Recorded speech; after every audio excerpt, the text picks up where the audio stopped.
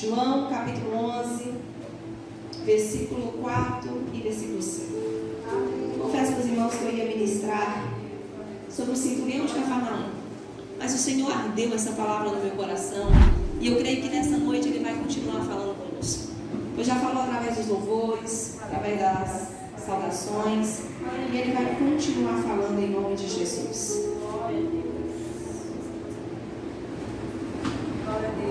Amém?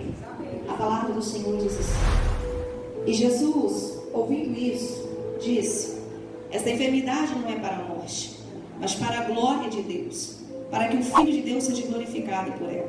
Ora, Jesus amava Marta e a sua irmã e a Lázaro. Pode sentar louvando e bendizendo o nome do Senhor. Nós estamos diante de um cenário a qual uma família está completamente desesperada. Uma família está vivendo um dia difícil, um dia mau. A enfermidade bate sobre a porta daquela família e com a enfermidade vem o desespero, vem a aflição. Porque ninguém aqui, aleluia, está esperando uma má notícia. De repente ela chega. É um diagnóstico sombrio. É uma notícia que um ente querido morreu, ou que houve um acidente, ou que houve alguma fatalidade, e de repente são surpreendidos. E na primeira instância o pensamento é: Senhor, por que Tu permitiu que isso acontecesse? Porque logo comigo, na minha família, eu sou Tua serva, eu sou Teu servo. Às vezes a gente não compreende, não entende porque somos surpreendidos diante de situações tão difíceis. Mas uma coisa eu percebo: Deus, Ele jamais vai te abandonar. E Ele permite essa situação para que o nome dEle seja glorificado e exaltado. O Deus que nós servimos, Ele não se curva diante da morte. Ele não se curva diante de nenhuma enfermidade, de nenhum caos. Nós sabemos que a morte é o último inimigo a ser vencido, mas o nosso Senhor a venceu. Então Ele nos dá essa certeza, essa convicção, que diante de qualquer situação que for, que nós possamos estar passando, o Deus que nós servimos sempre vai ser maior. Sempre, aleluia, o nome dEle será glorificado. Aleluia. Então entenda uma coisa nessa noite: Deus trouxe alguém neste lugar para falar para você. Eu sei o que você tem passado. Eu sei quais são as crises, quais são as lutas, as adversidades. Mas uma coisa Ele deixa bem claro, como Ele deixou, aleluia, para a família de Betânia: Ele os amava. E nós não somos diferentes. Pois a Bíblia diz que essa família era uma família amiga, era uma família acolhedora, era uma família, aleluia, a qual tinha prazer em recepcionar Jesus. A nossa família não é diferente, nós somos amigos de Jesus. Nós somos uma família amada por Jesus e amamos a Ele. Mas o fato dele nos amar não nos isenta de passar por sofrimento nem por fome. Mas Ele nos dá vitória diante de qualquer situação que for. Jesus não livrou Lázaro da morte, mas deu vitória sobre a morte. Talvez nessa noite você veio aqui em busca de uma resposta. Por que o Senhor não livrou? Por que o Senhor não fechou a cova? Por que o Senhor não curou? Mas perceba, aleluia, que Jesus, Ele jamais será derrotado por qualquer situação que for. Ele venceu a enfermidade, Ele venceu a morte, Ele venceu a adversidade. E nessa noite Ele nos dá convicção e certeza desse poder soberano dEle. E diante de Jesus nós colocamos todas as nossas petições, sabendo que Ele é poderoso para corresponder, ainda que não seja do jeito que nós queremos e nem da forma que imaginamos. Pois às vezes a nossa pressa só dificulta em vez de ajudar. Mas Deus não trabalha conforme a minha e a tua pressa. Deus trabalha conforme a soberana vontade de Deus. A vontade de Deus é boa, é perfeita e agradável. Ainda que haja luto, ainda que haja dor, ainda que haja separação, ainda que haja distanciamento, a vontade de Deus sempre vai prevalecer. E sabe o que eu percebo diante de toda a situação que nós vivemos? A mesma coisa que Marta e Maria e Lázaro contemplou, a fidelidade de Deus. Diante de tudo aquilo que eles vivenciaram, que eles viveram, que eles contemplaram, é notório a fidelidade de Deus, o amor de Deus, correspondendo, aleluia, àquela família. Não no momento que quiseram, e nem no momento, aleluia, que pediram, mas no momento em que Deus tinha determinado que Jesus voltasse para aquela aldeia. Pois o maior milagre não é o morto ressuscitar. O maior milagre não é o câncer ser expelido. O maior milagre não é o diagnóstico ser mudado. O maior milagre, aleluia, se encontra nos versículos 42, 43 em diante, quando diz que muitos que estavam ali viram e contemplaram, aleluia, o agir de Deus, chamando Lázaro para fora, a ressurreição daquele homem, e muitos se renderam aos pés do Senhor Jesus, confessando Ele como único e suficiente Salvador. Sabe o que Deus está falando comigo e com você nessa noite? Tudo que você tem passado, tudo que você tem vivido tem um propósito. Olhe para trás e perceba, aleluia, quantas vidas foram alcançadas através do teu testemunho. Quantas vidas foram alcançadas através da tua vida. Aleluia. Quando você já não tinha mais força, quando estava desfalecendo, dizendo, Deus, eu vou desistir. Alguém chegou e disse, através da tua vida, Deus falou comigo. Através do teu testemunho, Deus mudou a minha história. Através do cenário que você estava vivendo, Deus mudou o cenário da minha vida. A Bíblia diz que muitos que estavam ali saíram, aleluia, glorificando, exaltando o nome do Senhor. Mas uma pouca parte do que ali estavam também saíram para acumular a morte de Jesus. A missionária Antônia falou algo interessante no começo do culto. Ela disse, havia uma multidão que seguia, mas não para o adorar, mas simplesmente para tentar o parar, o matar, o discriminar, o rejeitar. A mesma multidão que te aplaude é aquela também que vai acumular a tua angústia. Mas como você não é produto do meio e você não é influenciado pela multidão, mas convicto do que Deus tem na tua vida, você é uma boa parte daqueles que se renderão e glorificarão o nome do Senhor. Nessa noite eu vim pregar para homens e mulheres deste lugar que o Senhor tem um propósito tão grande para ser gerado na tua vida, que essa dor e esse sofrimento que você tem passado não vai parar o propósito de Deus na tua vida. Os apontamentos, os julgamentos, os açoites não vão parar o que Deus tem para gerar na tua vida. Você é alguém que Deus depositou uma porção diferente. Muito dado, muito cobrado. É amigo, é íntimo, é próximo. Mas Deus permite passar por lutas. É amigo, é íntimo, é próximo. Come na mesma mesa com Ele, ceia com Ele, aleluia. Contempla coisas extraordinárias diante de Jesus, mas não será isento de sofrer. Não será isento de passar por dor. Pois eis o mistério do amor e do sofrimento. O fato dele nos amar não nos faz filho predileto e nem nos isenta de sofrimento e nem nos coloca no estufa espiritual. Pelo contrário, nos deixa mais vulneráveis a qualquer ataque que for. Mas você tem uma convicção, Ele te ama. Aleluia. Você é alguém importante para Ele. Você percebe que quando as irmãs mandam chamar Jesus, pois esse estava a 15 estados de distância, não muito longe, mas 3,5 km, o que era isso para aqueles homens naquela época que andavam percursos e percursos de distâncias a pé? O que separava a aldeia de Betânia de onde Jesus Cristo estava, aleluia, era somente um morro, uma montanha. Mas você percebe que quando Marta e Maria vai e pede um mensageiro para ir até Jesus, ela não vai medir o amor de Lázaro por Jesus, mas o amor de Jesus por Lázaro. Amém, Jesus. Senhor, aquele a quem tu amas está enfermo. Aquele a quem tu amas está acamado, está debilitado. Aleluia. O teu servo que te conhece, que tem intimidade contigo, está doente. Essas irmãs entenderam.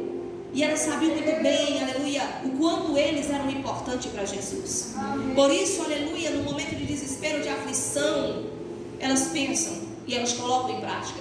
Ele não está aqui, mas nós podemos mandar um mensageiro e ir até ele. Eu tenho convicção, porque essa é a nossa convicção. Se eu sou servo de Deus e eu estou passando por alguma luta, Deus, num piscar de olhos, vai resolver a minha situação. Não é assim. Deus não trabalha conforme a nossa pressa. Às vezes nós nos atropelamos, não conseguimos esperar. A gente traz consequências de decisões não tomadas sobre a nossa vida que acabam nos lastimando. Mas aquele que espera no Senhor, confiando que o melhor vem dele, automaticamente não será frustrado, não será decepcionado. Pois eu nunca ouvi falar que Jesus decepciona alguém. Eu nunca ouvi falar, aleluia, que Deus tem prazer no teu sofrimento ou na tua dor. Não. Ele permite sofrer. Mas isso não quer dizer que o Pai está se regozijando diante da tua dor. Isso não quer dizer que o Pai está, aleluia, amando te ver sofrer. Pelo contrário, Ele está mostrando para você e para mim, aleluia, que diante de qualquer situação que for, que sai do controle das nossas mãos, Deus não perde o controle da nossa vida. Ele jamais vai perder o controle da situação, da tua vida, da tua casa e da tua família. Ele é o centro, ou melhor dizendo, o epicentro de tudo aquilo, aleluia, que Ele tem para manifestar sobre as nossas vidas. Ele não vai quando elas perdem. E nem vem por causa do desespero delas. Porque há uma coisa que nós precisamos entender nessa noite. O Kairos de Deus, o tempo oportuno de Deus chega quando as possibilidades humanas se encerram. Quando alguém diz, não tem mais solução, não tem mais jeito, não tem como mais, aleluia, reverter este quadro. Quando você recebe uma notícia que te desestrutura por completo, aí você pode entender, eis que eu sou um forte candidato para contemplar o milagre de Jesus agora na minha vida. Porque agora, aleluia, todos os recursos humanos e o que eu tinha de recurso acabou, não tem mais. Glória a Deus, aleluia. Todo conhecimento que eu tinha, toda habilidade que eu tinha não serve de nada. O Mislene cantou o hino falando sobre a tempestade, se não me engano, alguma coisa sobre o mar. E você percebe, aleluia, que quando a gente olha para o cenário dos discípulos na tempestade de Marcos 4, do versículo 37 em diante, do versículo 36 em diante, você contempla homens habilidosos, homens que manuseavam, aleluia, remos, homens que conheciam o mar da Galileia como ninguém, mas de repente são surpreendidos por uma tempestade. E detalhe, eles estavam indo atender uma ordem de Jesus. Eles estavam indo atender um pedido de Jesus. Passamos para outra margem. Às vezes nós pensamos que porque Deus está direcionando a nós, as tempestades não vêm contra nós. Às vezes nós achamos que pelo fato de Jesus dizer, nós iremos passar, nós iremos chegar, a gente não será surpreendido pelas tempestades. Tanto quando desobedece, quando obedece, a tempestade vem. Pois a Bíblia diz que Deus faz caminho na tormenta e na tempestade para chegar até mim e até você. Os discípulos estão obedecendo e a tempestade, aleluia, vem contra eles. E detalhe, nenhuma habilidade deles serviu naquele momento. Nenhuma força, aleluia, por mais que fossem homens robustos, que conheciam o mar da Galileia de uma ponta a outra, de nada serviu, pois a Bíblia diz que clamaram desesperados, disseram, Senhor, não te importa que nós perecemos? Como quem dissesse, o Senhor nos desamparou, esqueceu de nós. Marcos frisa muito bem que ele estava dormindo com a sua cabeça sobre a polpa daquele barco, com a almofada sobre a polpa daquele barco. Jesus de forma alguma, aleluia, perdeu a sua paz por causa da tempestade. E nesse cenário eu percebo que Ele quer que eu e você também não percamos a nossa paz diante de nenhuma situação que sai do controle das nossas vidas. Porque a paz que está dentro de mim e de você é a paz que excede todo entendimento. É a paz que a enfermidade não pode roubar. É a paz que o mundo lá fora não conhece e não pode te roubar. É a paz que a crise financeira não pode te roubar. É a paz que a morte não pode te roubar. Porque nós temos convicção que se nós somos nova criatura e com Cristo estamos, a morte não será um inimigo para nós. A morte não terá a última palavra sobre a nossa vida. É só um passaporte para eu e você estarmos no gozo do Senhor. Cada um de nós iremos passar pela morte para chegarmos, aleluia, numa eternidade de uma vida eterna. Então a morte não é para você temê-la. A morte não é para te paralisar. Pelo contrário, nascemos, crescemos, desenvolvemos e um dia vamos morrer. Mas isso não quer dizer que o fim é aqui, pois há duas eternidades: uma eternidade com o Pai, uma eternidade no céu e uma eternidade no tormento eterno. Mas se você tem convicção e certeza que você está com o Pai e o Pai está com você, por que temer a morte? Por que se desesperar? Por que apavorar? Sabe por que temos medo da morte? Porque a morte é desconhecida e temos medo do desconhecido. Mas quando você percebe, aleluia, pelo ângulo diferente, percebe que ela é só um meio de você estar com o Pai, voltar para casa, aí você vai perceber que a morte, aleluia, não é um bicho de 7 cabeças que você tem que temê-la, mas que você tem que viver o que Deus tem para você viver. Que no dia que a morte bater na tua porta, você vai dizer, aleluia, eu não tenho medo de você. Sabe por quê? Porque Deus me garante vida eterna. Porque Deus me dá convicção e certeza que a palavra dele fará menção sobre a minha vida, tanto aqui como na eternidade. Glória a Deus. Só que não é fácil. Como os discípulos temeram, se desesperaram, se apavoraram, gritaram, Jesus despertou, repreendeu o vento, repreendeu o mar. Não sei se gritou. Uma coisa eu sei, ele usou de autoridade. Aleluia. Aquieta-te vento, aquieta-te mar, e ouve segurança. Eles estão obedecendo e a tempestade está indo ao encontro deles. Quem lembra de Jonas? Desobedece e a tempestade vai ao encontro dele. Glória a Deus. Depois, aleluia, toda a tempestade está dentro de um cronograma de Deus. Para quê? Para que Jonas viesse estar no centro da vontade de Deus. Talvez nessa noite Deus está falando com alguém neste lugar e Ele está dizendo para mim e para você, aleluia, não temas, eu estou indo ao teu encontro. Não temas, eu estou no controle de todas as coisas. O meu nome será glorificado diante de qualquer situação que você viver, se você estiver na minha presença. O meu nome será enaltecido diante de qualquer situação que você vivenciar hoje ou amanhã, porque Deus te dá certeza e a convicção que Ele é poderoso para manifestar o poder dele sobre a tua vida.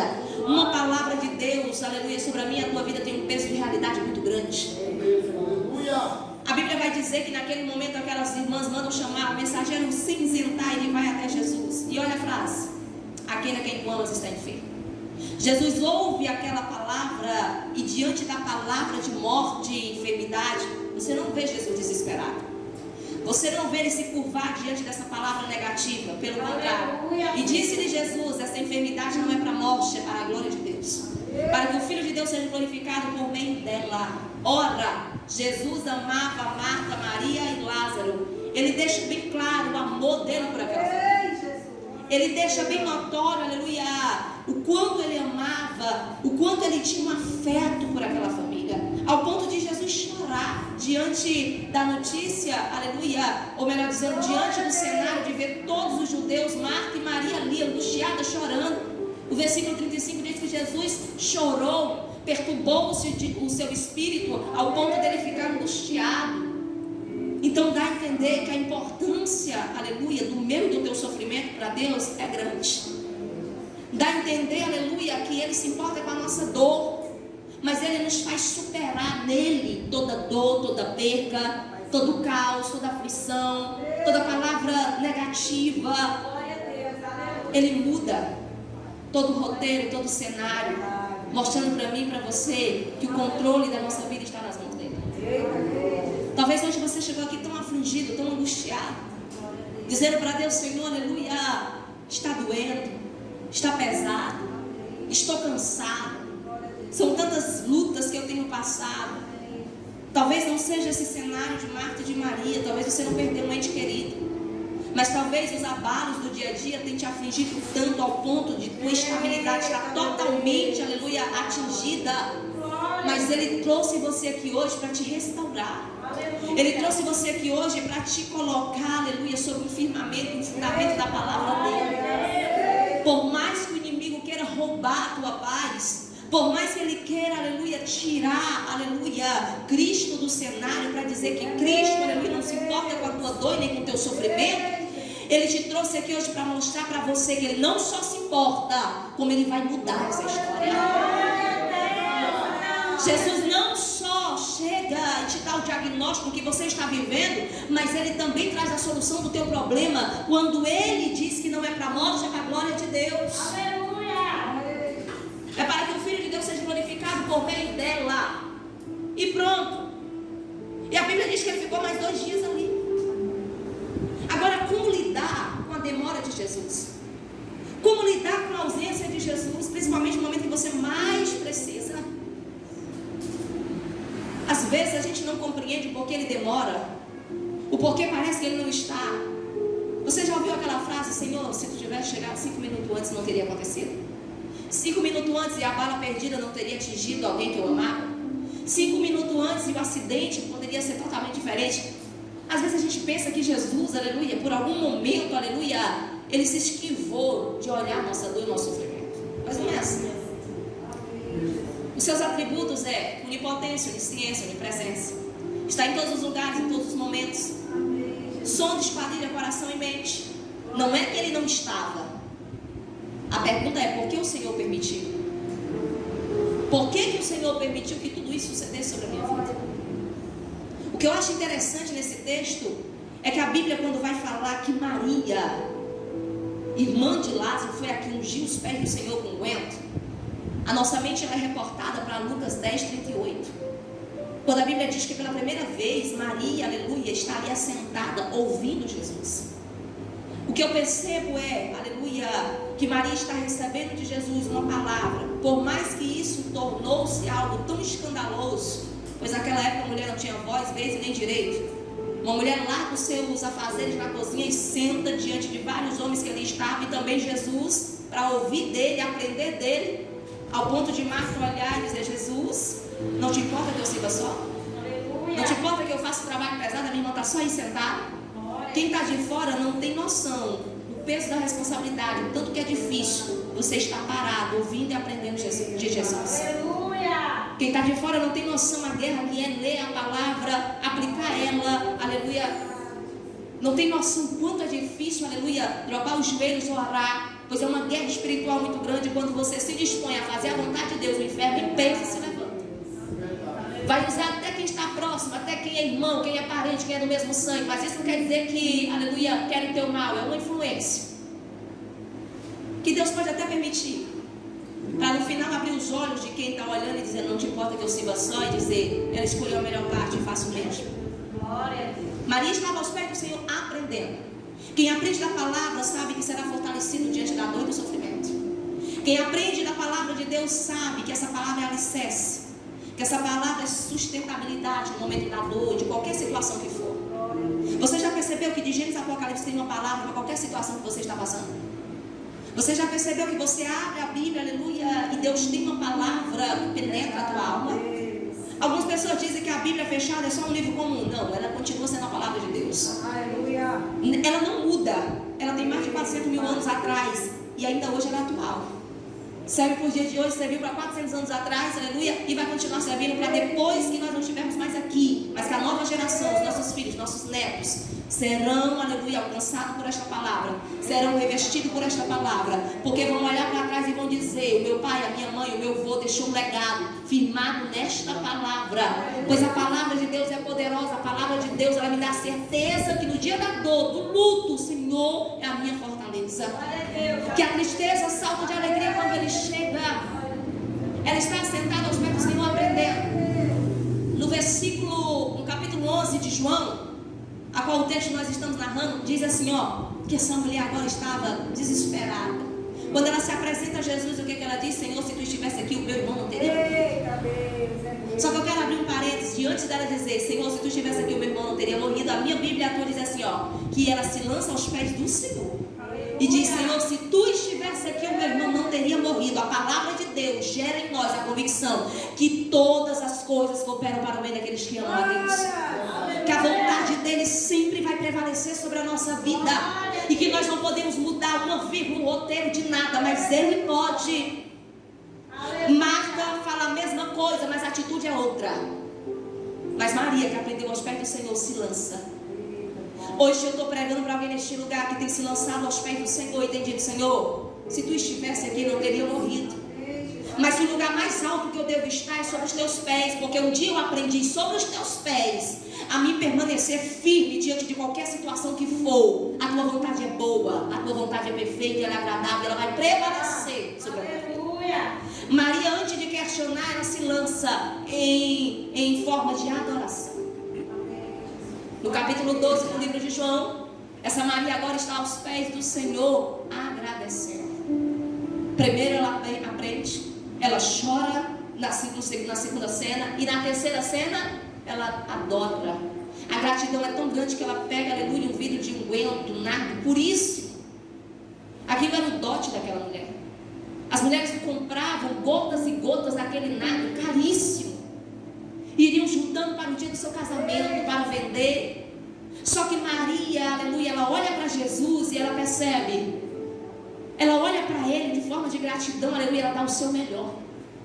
Porque quando você aprende aos pés do Senhor, quando você se lança aos pés do Senhor, quando você se rasga aos pés do Senhor, nada mais neste mundo te importa, a não ser prestar culto a Ele, adorar a Ele, engrandecer a Ele, dar o seu melhor. Seja um narcopurismo, seja a tua adoração, seja a tua devoção, seja a tua entrega, seja a tua vida por completo. Você quer prestar um culto a Ele, e ela se lança aos pés dele. E ela começa, aleluia, ungir o Senhor dos pés à cabeça. E a Bíblia diz que ela enxuga com seus cabelos. Naquela época a mulher tinha só tirar o véu da cabeça. Era algo tão terrível de se ver. Era algo tão escandaloso. Mas você já percebeu a extravagância de Maria quando ela se lança sobre Jesus? Ela não está importando quem está olhando, quem está discriminando, quem está rejeitando. Jesus é o centro, é Ele que importa. É Ele que importa, é Ele, aleluia, que é o epicentro de tudo. Então nada mais importa, porque quem um dia teve diante de Jesus, diante de uma dor, de um sofrimento, de uma aflição, de um desespero, sabe muito bem como se lançar para o adorar. Aleluia. Sabe muito bem quando se lançar, aleluia, para dizer para Ele: Senhor, Tu és o meu tudo, e nada mais importa, porque no momento da minha dor, do sofrimento, o Senhor veio e me socorreu. Quem está de fora não conhece a tua história nem o percurso dela, mas Jesus e você sabe qual é a tua trajetória, o que você passou para estar aqui. Aleluia. Então não se deixe vencer por momento ou por circunstância. A circunstância é desfavorável, a dor, o desespero veio, mas tenha convicção, Ele te ama. E porque Ele te ama, aleluia, Ele não vai te desamparar, Ele não vai de forma alguma te rejeitar, te discriminar. Ele só vai esperar o momento certo dele agir. Aleluia. Ele não voltou quando elas quiseram, não voltou quando pediram, nem quando o mensageiro chegou. Mas Ele chegou no momento oportuno. Que momento é esse? O Kairós de Deus. Aleluia. O Kairós de Deus chega, aleluia, quando todos ficam dizendo: Jesus não vai vir. Quando alguém olha e diz: a mulher já tem 90 anos, não pode mais engravidar. O homem está com a idade avançada, tem 100 anos, não tem como mais ter filhos. Mas Jesus não disse. O anjo do Senhor apareceu e disse: aleluia, no período de um ano eu voltarei, aleluia, e Sara dará luz ao filho. Se Deus falou, Ele não é homem para que imite, nem filho do homem para que se arrependa. A palavra dele fará menção sobre a minha e a tua vida. Não é para a morte, é para a glória de Deus. Aleluia. Não é para desespero, é para que o nome do Senhor seja glorificado. Que o versículo 5 fique guardado na tábua do teu coração. Ele te ama. Ele te ama ao ponto dele se expor por você. Ao ponto de alguém olhar e dizer: mas não é Ele que deu vista ao cego à distância? Não poderia Ele curar, aleluia, ou liberar uma palavra sobre a vida de Lázaro? Poderia. Não poderia Ele liberar uma palavra sobre a vida da Jane? Não poderia liberar uma palavra sobre a vida, aleluia, de cada um que aqui está? Poderia. E por que Ele não liberou essa palavra à distância? Porque Ele está dando tempo ao tempo para gerar na tua vida um milagre extraordinário, para ser notícia dentro e fora dessa cidade, para ser notícia aonde você for, e aonde você for o nome dele ser glorificado. Ainda que você não volte, mas o teu testemunho ficará. E alguém vai olhar e vai dizer: passou um homem e uma mulher de Deus neste lugar. Não desista, permaneça firmado naquilo que Deus tem para gerar na tua vida. Quem está de fora não pode medir o grau de intimidade que você tem com Deus. Quem está de fora não consegue medir, aleluia, a comunhão que você tem com Deus.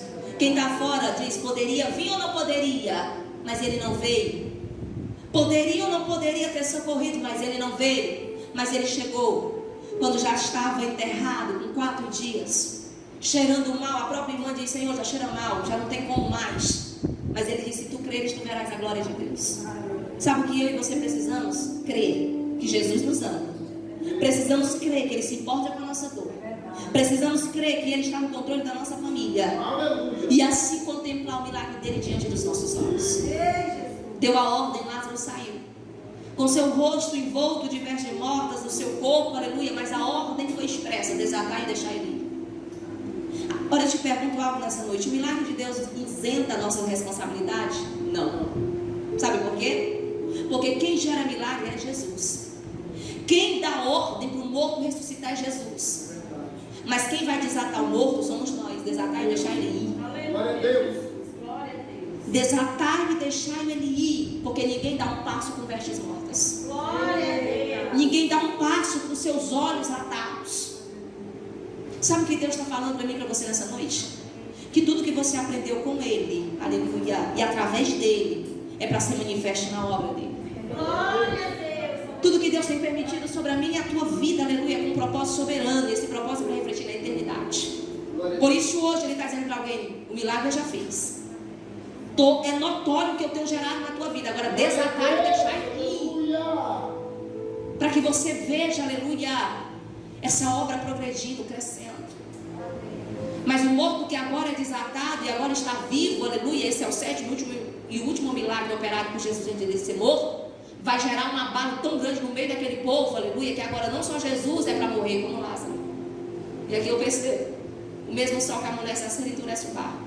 O mesmo milagre que provoca a fé em um, provoca descrédito em outros, provoca ira em outros. Então, não se surpreenda se diante de um milagre você não ser aplaudido, e pelo contrário, quererem te matar. Não se surpreenda, aleluia, se diante você rebater o pecado e dizer: não é lícito que você, aleluia, viva com a esposa do teu irmão, como foi dito João Batista, aleluia, Herodes e Herodias, e a recompensa é a cabeça dele ser decipada.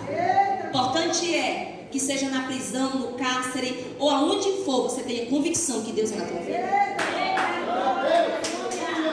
Perca a sua vida, mas não perca o seu testemunho. Sabe por quê? Porque aqui você é conhecido pelas suas qualidades, mas no céu você é reconhecido pelo teu testemunho. Aqui, aleluia, as pessoas querem aplaudir qualidades que são momentâneas, mas o céu te conhece pelo teu caráter. Então não se importe, aleluia, com os açoites e com as aflições. Tenha convicção. Se a ordem foi expressa, eu tenho que acatar. Eu desato o morto, aleluia, para que ele ande, para que ele veja, para que ele prossiga, aleluia. E aonde ele for, o nome do Senhor seja glorificado. Deus não isenta a nossa responsabilidade diante do milagre dele. Então, desencruza os braços, faça a obra. Deixe de ser negligente, porque um dia será cobrado de mim e de você. Senhor, mas eu perdi. Senhor, mas eu me distanciei. Senhor, mas tu permitiu situações que me desestruturou por completo. E daí? Ele é Deus. O importante é você e eu obedecer. Seja na dor, seja no sofrimento, seja na aflição.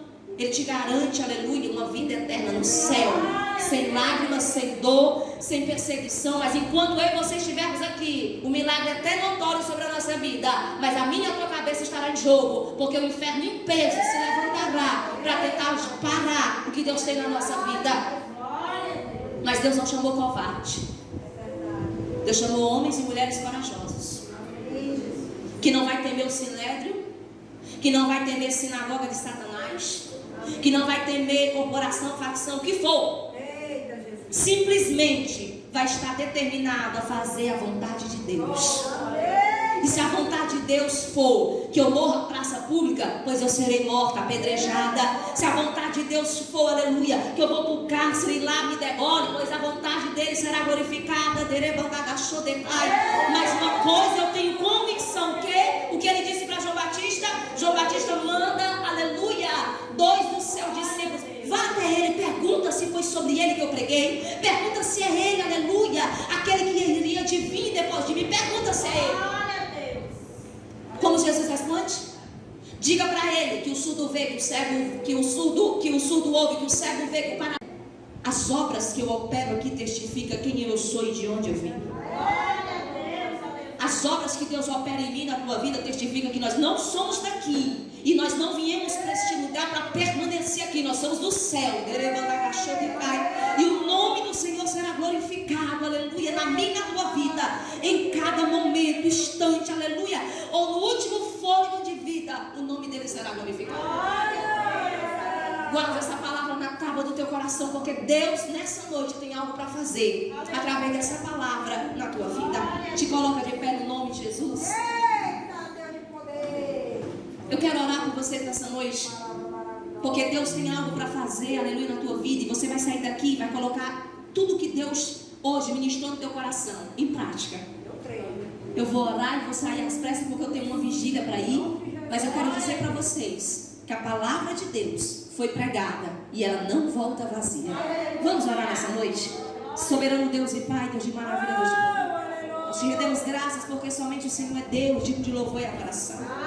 Opera em nós segundo a tua vontade, cumpre em nós a tua palavra. Nessa noite eu preguei para homens e mulheres, meu Deus, cheio do teu Espírito, que por mais que tenham passado lutas, adversidades, eles têm convicção, Senhor, que o teu nome será glorificado diante de qualquer situação que eles possam viver ou passar. Abençoa o teu povo, a tua igreja. Prepara homens e mulheres, Senhor, para marchar nessa terra e para fazer a diferença. Deus, que tu possa trazer sobre o teu povo, Senhor, a essência do teu Espírito a cada dia, com ousadia e coragem. Abençoa os teus servos que estão na frente desta obra. Abençoa o rebanho. Toma nas tuas mãos e glorifica o teu santo nome neste bairro, dentro desta cidade. E que aonde esses homens e essas mulheres colocar a planta dos pés, demônios sejam expelidos. Toda potestade caia por terra.